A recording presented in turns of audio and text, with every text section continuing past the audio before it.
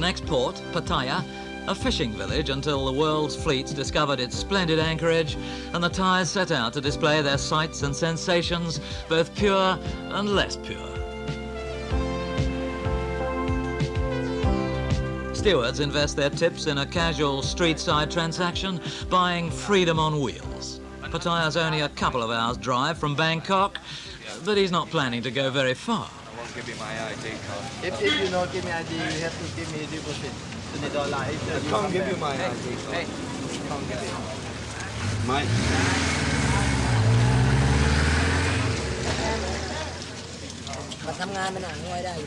What's your name? You have name? Yeah, Joking. Tell it. No, no. Okay, money. I've just been here. After money's changed hands, he leaves for his run ashore with adequate chrome and power. Cruisers, as you might expect, prefer more ponderous transport.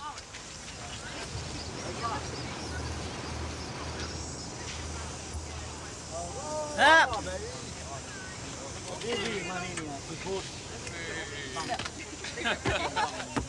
was it? Yeah?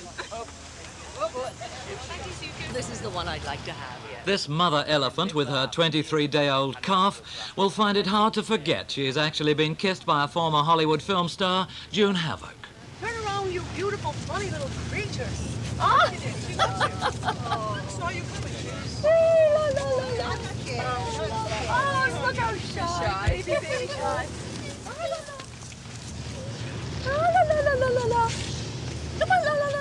After the elephant farm, the orchid farm.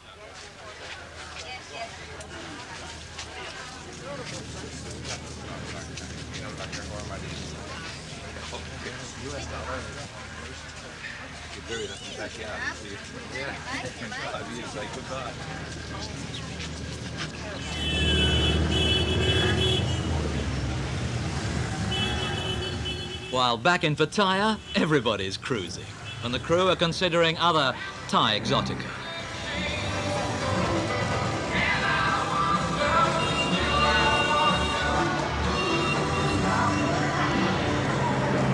The young ladies of the town, noticeably approachable, seem quite ready to be taken for a ride.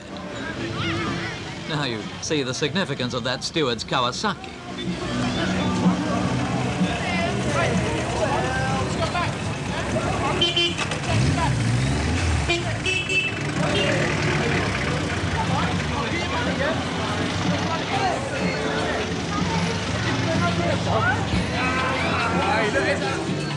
They're making friends rather easily.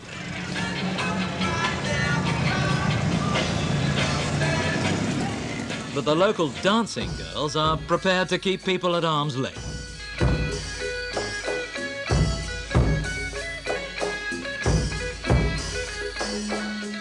Cruisers enjoy a theatrical display offering instant Thailand.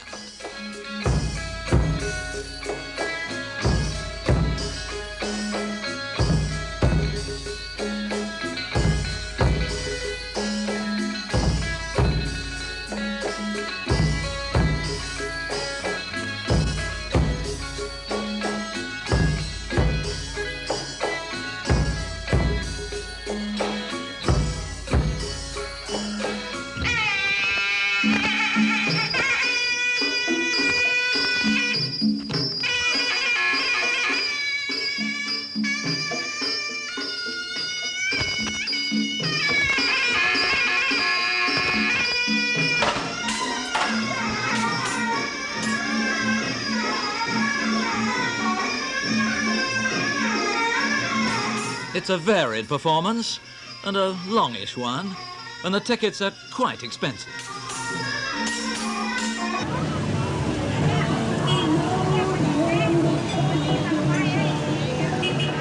But downtown they have even more direct ways of extracting money from a visitor's pocket.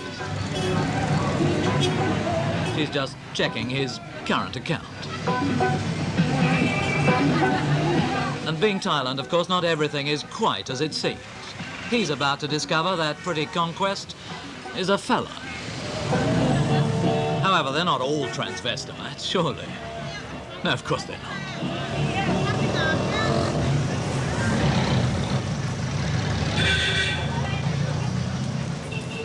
Not to be outdone, the ladies of the cruise are also ready to submit to new experience.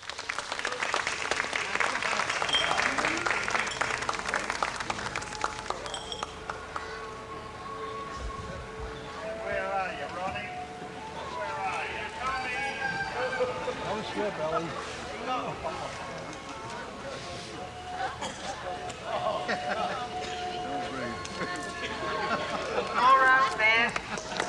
Once more.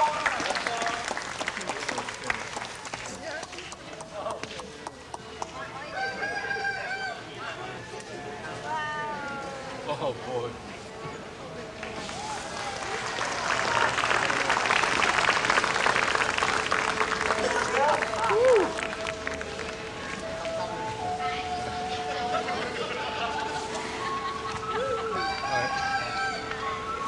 I look good.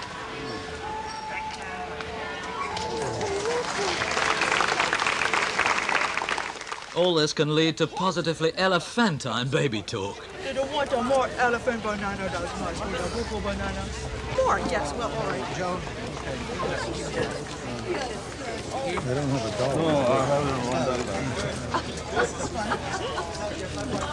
Hey. No, I need. Then there's a disco dance.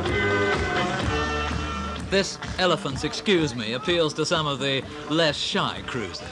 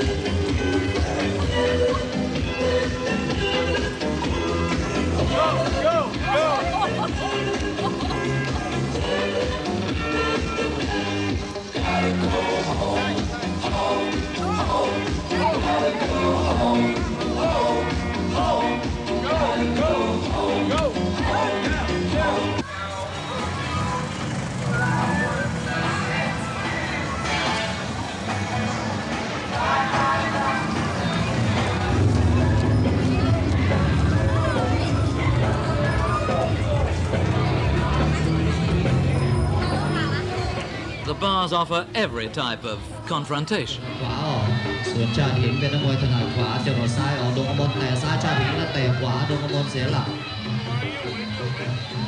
ตีขวาไว้ชาติหินเตะขวาตีแขนดวงกมลเตะพับเล่าและจับคอของชาติหินชาติหินเตะขวา With such an example set before a celebrating group of stokers, it's not surprising that one of them soon accepts the challenge.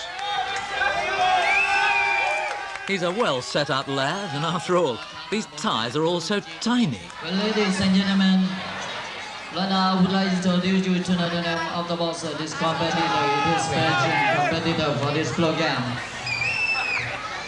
Between red corner, Jim Davis from England.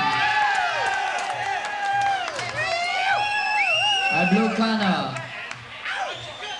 is Thai boxer ไก่อ่อนเดชรุ่งศักดิ์ยับปักหลังทีเดียวเป็นนักมวยสัญชาติอังกฤษนะครับ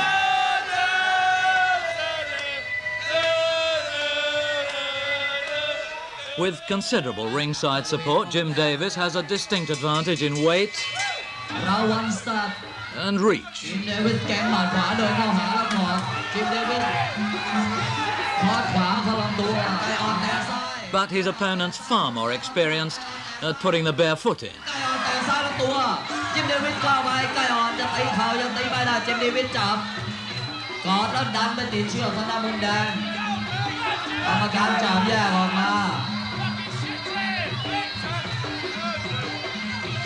กรรมการบอกชกได้จิมเดวิสถีบไก่อ่อนชกซ้ายไก่อ่อนตีเข่าซ้ายจิมเดวิสจับกระทุ่มลงหน้าเวที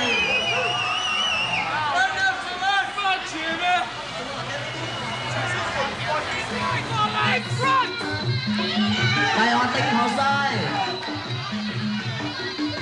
กรรมการจับแยกออกไปกลางเวทีเดวิสเดินเข้าหาอีกเดวิสชักใหม่เดินแล้วก็ปักหลักรออยู่กลางเวทีเดวิสเข้าไปไก่อ่อนแต่ซ้ายเดวิสล้มทั้งยืนเลยทีเดียวไก่อ่อนแต่ซ้ายก็ปล่อยไก่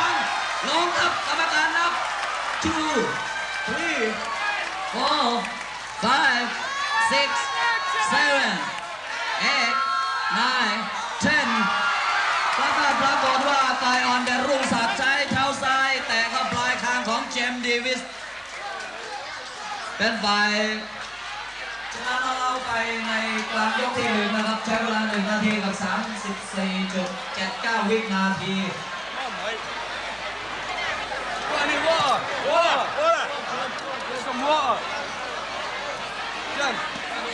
เดวิสจากประเทศอังกฤษยังไม่หายงงนะครับตอนที่พี่เลี้ยงแล้วก็กองเชียร์กำลังประคองกันอยู่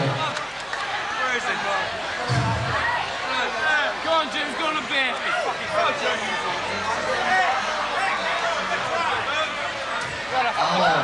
พี่เลี้ยงสูงเกินไปอาจารย์สูงเกินไปนักมวยคู่ต่อไปเป็นคู่ที่ 3 ในรายการเป็นนักมวย 2 ต่อ 1 นะครับแพทสิทธิ์บูดีน่าเป็นนักมวยชาย No, feel it. Split the tooth. Very quick. They're good. They're good.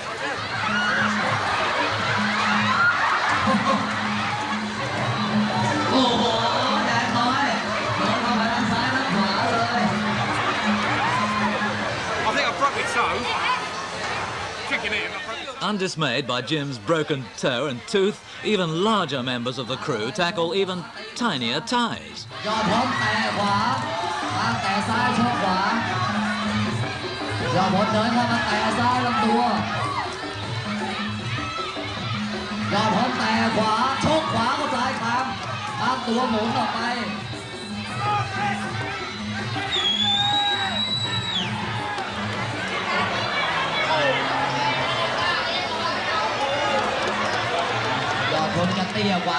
A few low kicks and high blows from Mark Broom's tiny opponent, while the QE2 contingent advises on technique and tactics.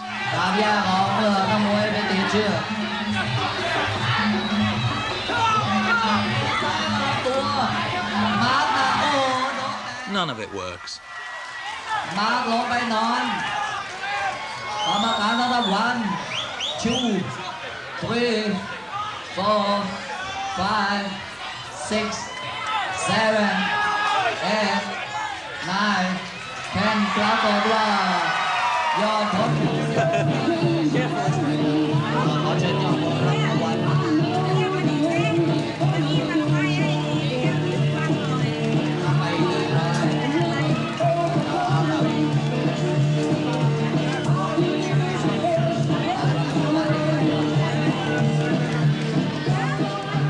Pattaya is becoming the new Havana, the harbour where every sailor dreams of coming to rest and relax.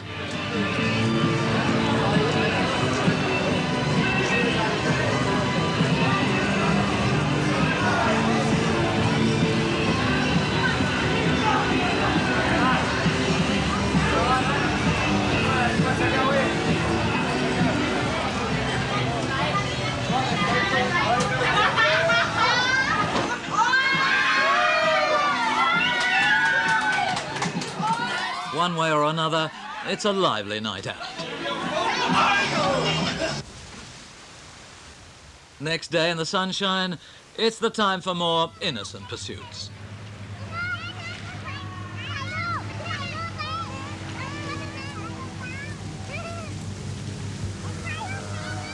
Yet even healthy outdoor activity can exact its price. Shore party QE2. Thanks, man. Come on, boss.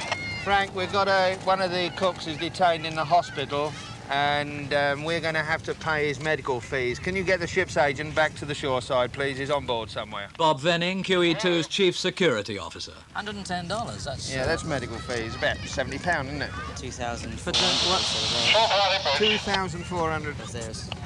For doing what? What have they done? Shore party. Stitches and just cleaned him up, really, and cut under his thing. What's the name of the cook? Dennis Henry. Hello, Frank. KP, I think it's... The name of the cook is Dennis Henry. He's a KP. We have a problem that we're going to cause your problem, okay? We have a crew member, one of our cooks, in hospital. He's in, I think, the Apollo hospital. Apollo? Yeah, and they're going to charge at least $110 American for medical treatment. They're going to bring him down in an ambulance, okay? So that's the first problem. I want the money paid and him back on board the ship. Now?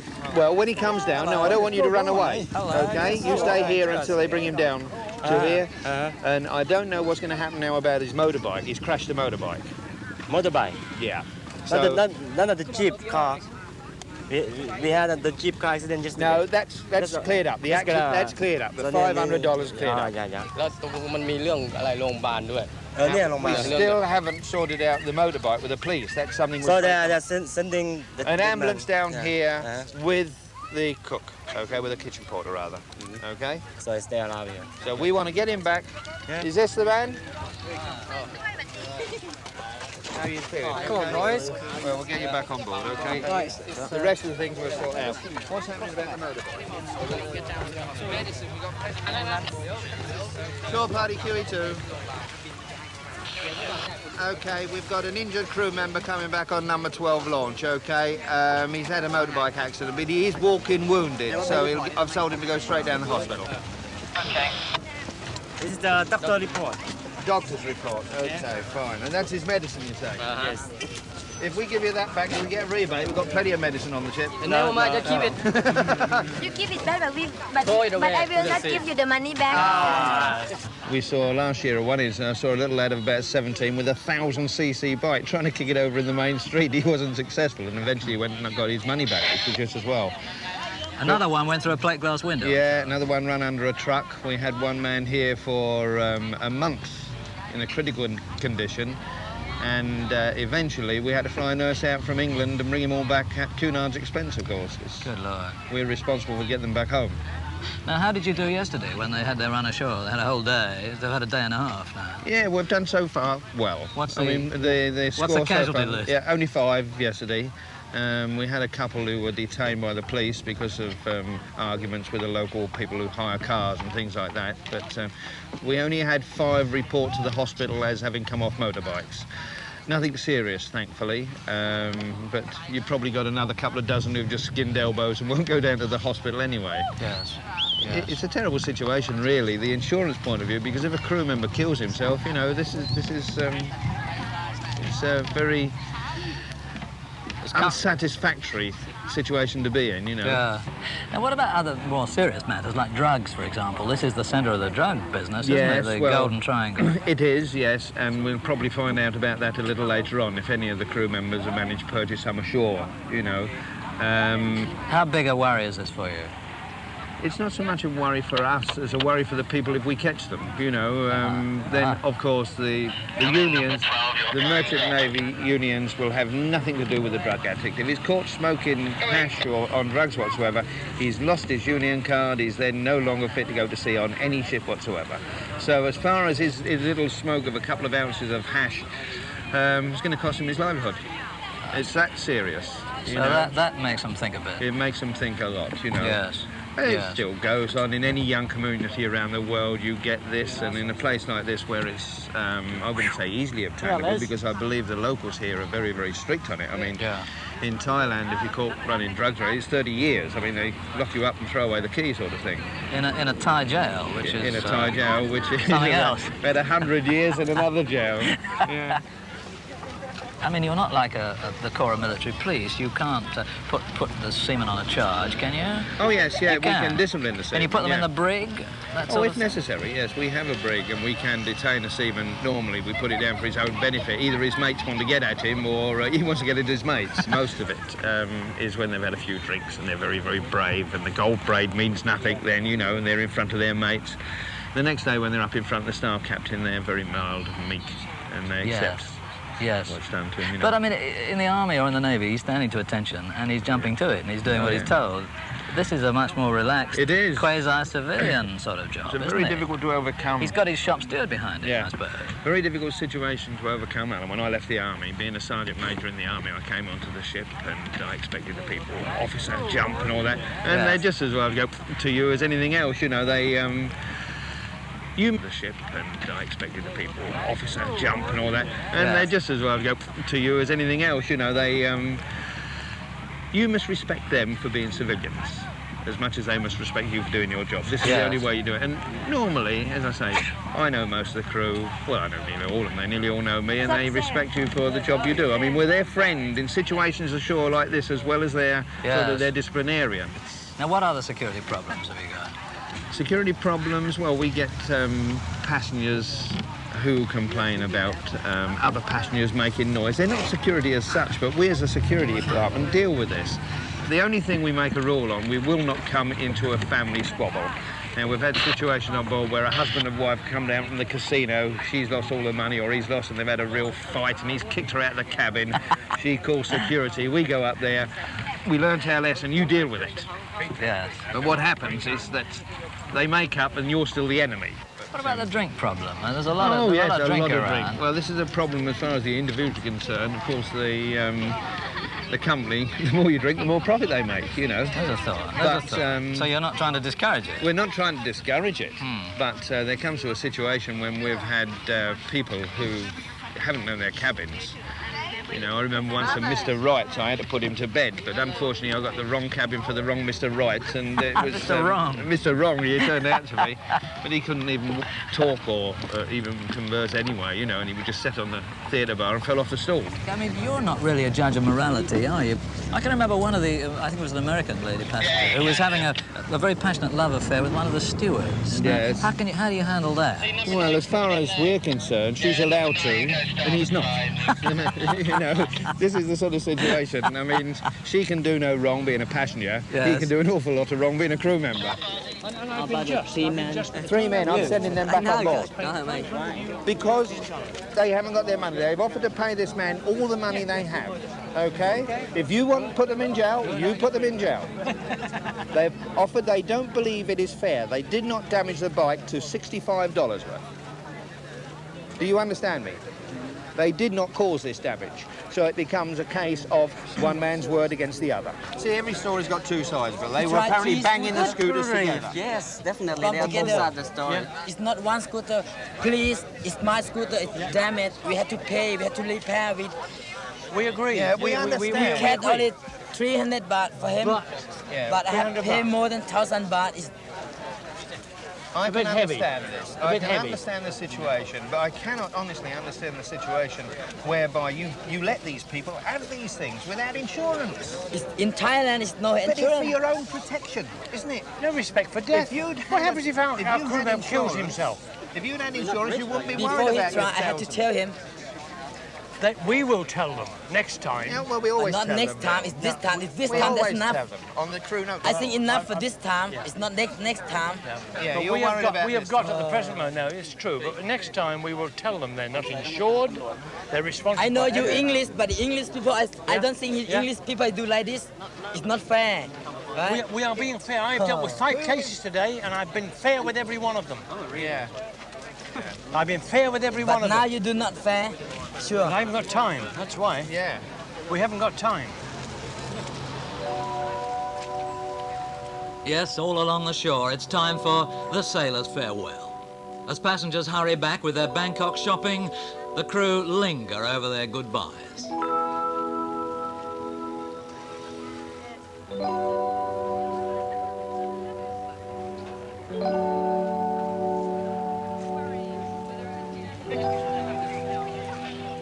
So, what's the aftermath of last night? How are you feeling? Broken toe, split tooth, and a headache. Yeah, where's the tooth? Can I see? Yes, lag. You're gonna get it fixed on board, eh? Well, I have to, yeah. How did you break your toe? Well, I annoyed the fella.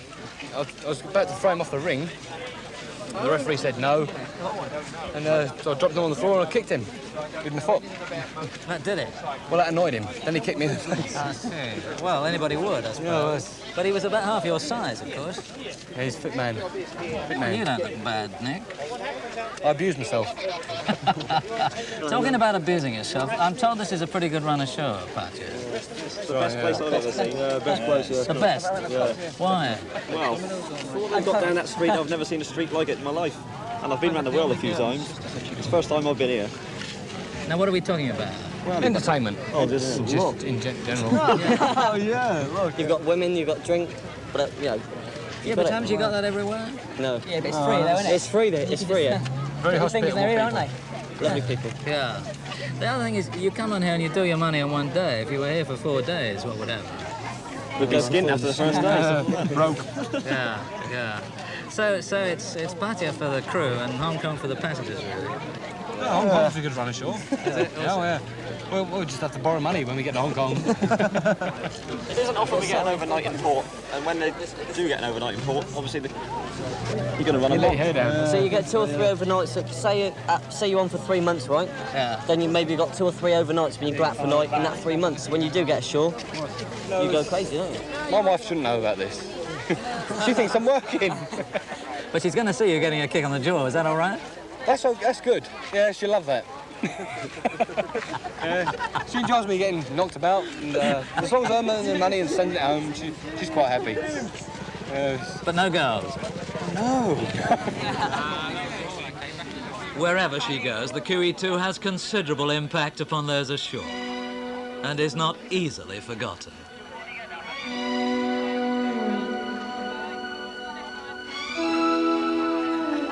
She's not just a ship, she's an event.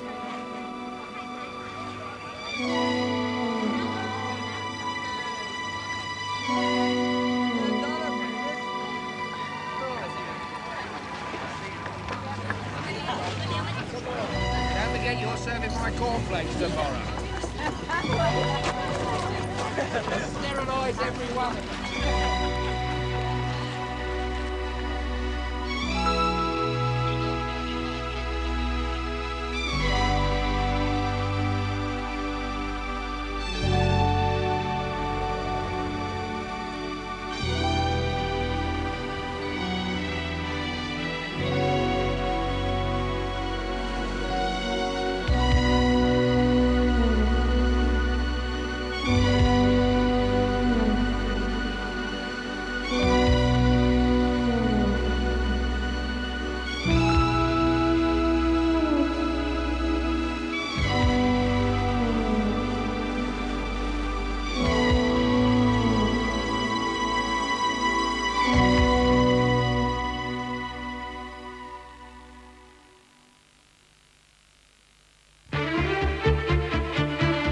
And next Wednesday night, the QE2 reaches China when a city 8 times the size of Manchester comes to a halt before such shipmates from outer space. While they look at factories and the crew tackle the Chinese at football, there's culture shock for everyone. As a Cunard man says, they all think we're visitors from another planet. After that significant coming together, the QE2 sails away towards home and reality. Now on BBC One.